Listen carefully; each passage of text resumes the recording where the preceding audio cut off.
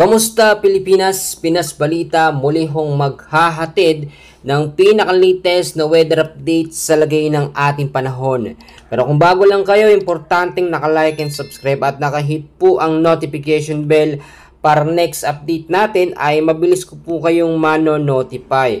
Kaibigan kabayan, sa kasalukuyan ho ay meron na po tayong minomonitor dito na low pressure area. So, ito po yung merong lokasyon ngayon na 785 kilometers west of Iba, Zambales. Ito po yung cloud cluster na minomonitor natin ng mga nakarang mga araw dahil sa sirkulasyon o pagpapalakas ng habagat sa kanya ay nabuo po siya bilang isang ganap na low pressure area at nagbabantang pumasok po sa loob ng ating Philippine Area of Responsibility. Magkagayunman, ito po ay meron pa rin namang low chance na maging isang ganap na bagyo within the next 24 to 48 hours. Pero maging handa na lamang po tayo sa mga posibilidad po na pwedeng mangyari. Dahil ang mangyayari dito mga kaibigan, kahit po low chance ito, posibleng pumalo ito sa medium to high chance na maging isang ganap na bagyo. Dahil nga sa habagat na connected po sa kanya. So, yun yung nagiging dahilan kaya mas mabilis na de-develop po itong low pressure area na ito.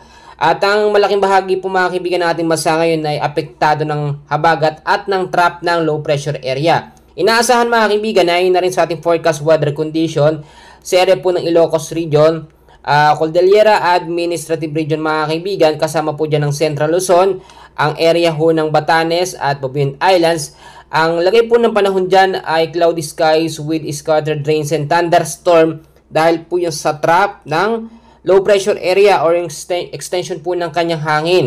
At posibleng pagbaba sa mababang lugar at landslide po sa mga landslide prone area kung sakali man po magkaroon ng biglaang malalakas na bugso ng pag-ulan, lalo na i-monitor natin lalo na sa gabi at sa hapon.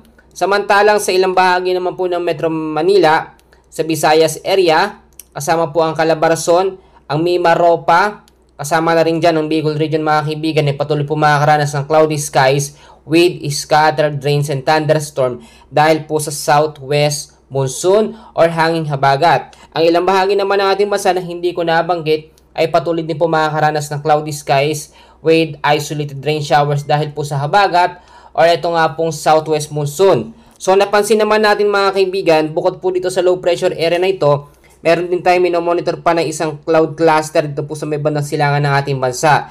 Pero ito po medyo matatagalan pa o matagal pa siya bago ma-develop bilang isang low pressure area dahil hindi naman siya napapalakas ng habagat. Pero ang ating minomonitor at pinapangambahan na posibleng maging bagyo ay ito nga pong low pressure area na nandito po sa may kalurang bahagi ng ating bansa. Kaakibat niya, kasama niya ang habagat kaya mabilis pong nade-develop. Kapag ito po yung naging bagyo, tatawagin po itong bagyong Waning sa loob po ng ating Philippine Area of Responsibility. Bali, pang-8 bagyo na po ito, kung sakasakaling mabuo sa loob ng ating bansa. Sa ngayon, hindi naman ito nakikitaan na magiging malakas na bagyo or super typhoon category. Pero tulad ng aking sinasabi, maging handa na lamang po tayo sa mga posibilidad o possibilities na pwedeng mangyari na kahit low pressure area, may chance ang maging malakas na bagyo. So, hindi rin ito nakikitaan na hahatakin ng high pressure area kagaya po nang nangyari kay Bagyong Goryo, Ito yung high pressure area mga kaibigan. So, malayo siya dito. So, maging handa tayo sa pwedeng senaryo na mangyari mga kaibigan. Mabuo man to bilang isang bagyo ngayong weekend mga kaibigan o sa mga susunod na mga araw, maging alerto pa rin tayo sa mga banta ng pag-uulan at pagbabaha. Yan po ang pinakalitis natin and please don't forget po to like and subscribe for more weather updates. Maraming salamat po.